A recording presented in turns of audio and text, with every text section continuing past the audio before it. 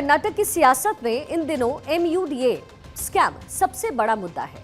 इस मुद्दे की गंभीरता का अंदाजा आप इस बात से लगाइए कि स्कैम के नाम पर कर्नाटक के मुख्यमंत्री सिद्धरमैया इस्तीफे तक की मांग की जा रही होंगे। इसी बीच अब खुद मुख्यमंत्री सिद्धरमैया अपनी पत्नी के एक फैसले पर हैरान हैं। दरअसल सिद्धरमैया की पत्नी पार्वती ने मैसूर शहरी विकास प्राधिकरण की तरफ उन्हें दिए गए सभी 14 भूखंडों को वापस कर दिया। अब इसी बीच राज्य लोकायुक्त की तरफ से दर्ज FIR का संज्ञान लेते हुए ED ने मामले में मनी लॉन्ड्रिंग के प्रावधानों के तहत मामला दर्ज किया। अब सवाल यहाँ ये है कि क्या पार्वती के 14 भूखंडों को लौटाने के बाद उनके और उनके पति सिद्धरमैया कानूनी कार्रवाई से बच जाएंगे? इस सवाल का जवाब सीधा है नहीं। वो कैसे, जरा आपको ये भी समझाते हैं। असल में ED जैसी लॉ इन्फोर्समेंट एजेंसी का काम है आर्थिक अपराध की जांच करना। ऐसे में अगर नियमों की अनदेखी करके कोई अनियमितता होती है तो प्रक्रिया को रद्द कर देने से अपराध भी रद्द नहीं होता है। ED ने अपनी ECIR यानी कि इन्फोर्समेंट केस इंफॉर्मेशन रिपोर्ट में सिद्धरमैया के खिलाफ मामला दर्ज करने के लिए PMLA की धाराएं लगाई है, जो कि पुलिस FIR के बराबर मानी जाती है। PMLA के प्रावधानों के मुताबिक आरोपी को खुद ही कोर्ट में अपनी बेगुनाही साबित करनी पड़ती है। यानी ED अगर MUDA घोटाले में सिद्धरमैया के खिलाफ कोई एक्शन लेती है तो उन्हें खुद को बेगुनाह साबित करना पड़ेगा। प्रक्रिया के हिसाब से ED को आरोपियों को पूछताछ के लिए बुलाने और यहां तक कि जांच के दौरान उनकी संपत्ति कुर्क करने का भी अधिकार होता है। और घोटाले के इस आरोप में घिरे सिद्धरमैया से अब BJP इस्तीफे तक की मांग कर रही है, क्योंकि भारतीय जनता पार्टी का कहना है कि CM की पत्नी ने 14 प्लॉट वापस लौटाए हैं। ऐसे में उन्होंने एक तरीके से अपने जुर्म पर खुद ही मुहर लगाई है और अब सिद्धरमैया को इस्तीफा देना चाहिए। देश में कानून व्यवस्था है।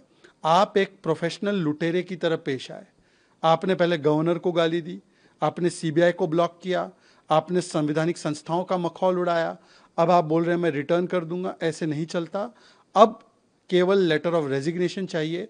No redemption, no return, only resignation.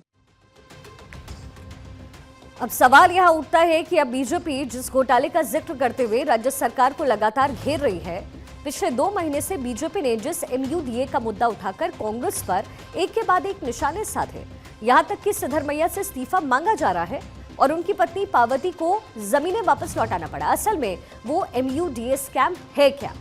दावा किया जा रहा है कि MUDA में हुआ जो घोटाला है वो 4000 करोड़ रुपए से ज्यादा का है। आरोप है कि मैसूर में एक पॉश इलाके में मुख्यमंत्री की पत्नी पार्वती को वैकल्पिक भूखंड आवंटित किए गए। इस जमीन की कीमत MUDA की तरफ से अधिग्रहित उनकी जमीन के दाम की तुलना में बहुत ज्यादा है। MUDA ने पार्वती की तकरीबन 3.16 एकड़ जमीन के बदले में उन्हें 50-50 अनुपात योजना के तहत भूखंड आवंटित किया।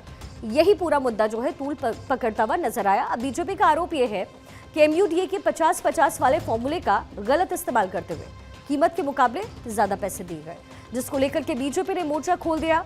वहीं दूसरी तरफ इस मामले में जब से जांच शुरू हुई, BJP और भी बड़े पैमाने पर हमलावर हो रही है।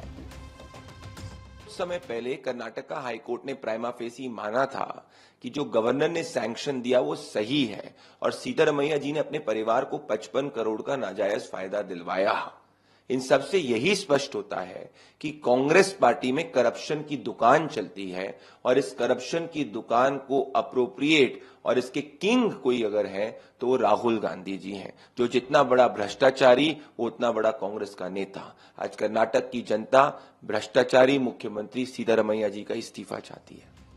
अब यहां पर BJP सीधे मुख्यमंत्री सिद्धरमैया को सवालों के घेरे में खड़ा कर रही है और MUDA के 50-50 फॉर्मूले को लेकर राज्य सरकार को घेरने की कोशिश हो रही है। ऐसे में MUDA का ये 50-50 का फॉर्मूला था क्या, जिसके तहत जमीनों के बंटवारे में ये खेल खेला गया? ये भी जरा आपको समझा देते हैं। दरअसल वित्तीय मुद्दों को हल करने के लिए MUDA ने 2020 में 50-50 अनुपात योजना की शुरुआत की थी। इस स्कीम के तहत मैसूरू शहरी विकास प्राधिकरण किसी भी जमीन पर आवासीय लेआउट विकसित करने के लिए भूमि अधिग्रहण कर सकेगी। वही जमीन के मालिकों को 50% जमीन किसी विकसित जगह पर दी जाएगी। ये पूरा प्लान था। इससे MUDA को की जो ली हुई जमीन है उसके लिए आंशिक रूप से क्षतिपूर्ति करने में मदद मिलती। लेकिन इस बढ़ते विवाद के चलते 2023 में स्कीम को वापस भी लिया गया। अब कर्नाटक के सीएम सिद्धरमैया की पत्नी 2021 में MUDA की स्कीम के लाभार्थियों में से एक रही हैं। जिसके चलते सिद्धरमैया भी अब बीजेपी के निशाने पर है। वहीं उनकी पत्नी पार्वती ने अपनी जमीनों को वापस कर दिया है, तो वहीं बीजेपी ये दावा कर रही है कि उन्होंने अपनी गलती मान ली है। हालांकि ये बात और है कि बीजेपी कितनी भी हमलावर हो, कांग्रेस सिद्धरमैया के साथ खड़ी नजर आ रही है और उनको पूरी तरीके से पाक साफ बता रही है और बीजेपी पर साजिश रचने का गंभीर आरोप कांग्रेस लगा रही है। जिसके पास कुछ छिपाने को है ही नहीं, उसको इस तरह से ये प्रताड़ित करते हैं, डराते हैं। हमारे सिद्धरमैया जी बहुत वरिष्ठ नेता हैं और पाक साफ है उनका दामन। उन्हें कोई घबराहट नहीं है, उन्हें कोई डर नहीं है। हम सब उनके साथ खड़े हैं। जितना चाहे ये प्रताड़ित कर दें, बाल नहीं बांका कर सकते सिद्धरमैया जी का।